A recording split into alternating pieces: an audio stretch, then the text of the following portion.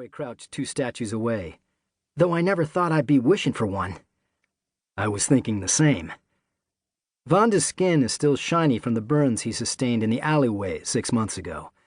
I feel a little bad for how slow his healing has been and for the amount of scarring that remains. But he and his friends were trying to murder me before that lagging father immolated himself.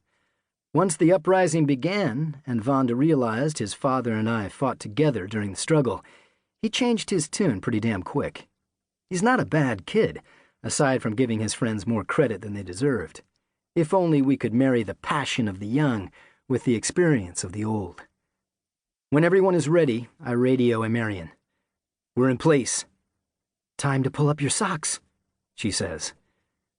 We all peer around the statues, our rifles ready, waiting for the report of gunfire, the bright points of light from the soldiers trying to pick off Amarian's squad while they're in the open.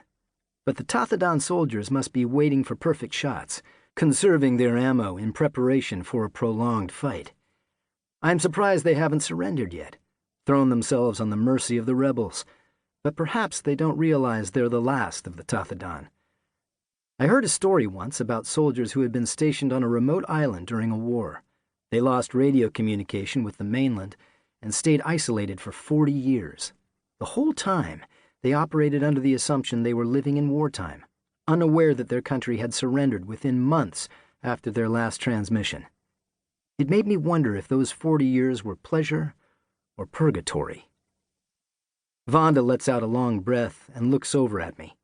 I can't get a clear read on his expression, but he doesn't look good. You're going to be okay, I reassure him. Take cover behind me if you're unsure. I'm okay. You look scared. I am a little worried, he says. I cock my head. His words are wavering, but his voice is steady, strong. He nods toward the house and says, I'm worried because I don't know what I'm going to do when this is over. This is what I'm best at. What, killing? No, he says. Fighting. I can't help but smile at him. Don't worry. Even when this is all over, the real fight will just be starting. Vanda considers this for a minute, but as he opens his mouth to reply, I see a shadow in the window nearest to Marian's squad. We've got movement, I say into the comm device. 2nd floor, 3rd window from the edge, advancing toward you. You got him? Lachlan says through my earpiece, his voice a low whisper.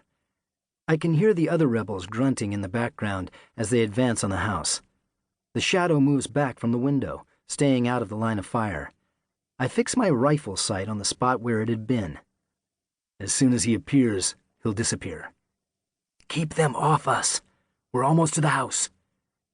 And he no more than says the words when the shadow appears at the edge of the window. I set my crosshairs on him, then exhale as I pull the trigger. Shattering glass, an agonized scream, bursts of gunfire. A bullet smacks the statue, chipped cement hitting my face. Amarian's squad stays tight to the house, a few feet below the bottom of the windows, unable to point up and return fire.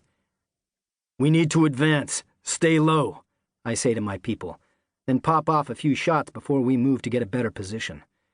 We leave the statues, running at a crouch, and slide behind one of the 2 ornate fountains in the yard. A small puddle remains in the bottom, the last bit of water after 6 months of evaporation. I wager a glance around the corner and see no barrels sticking out of the windows. Then a bright explosion near the base of the house makes me take cover. White stars float before my eyes. I blink as quick as I can, trying to clear my vision. Everyone okay? I ask the other squad. That was too close, Amarian says, her voice strung tight. We need to end this. We've got you, I say. Wait for our cover. Hurry. Get ready to move, I tell my people. I point at the 3 on the end.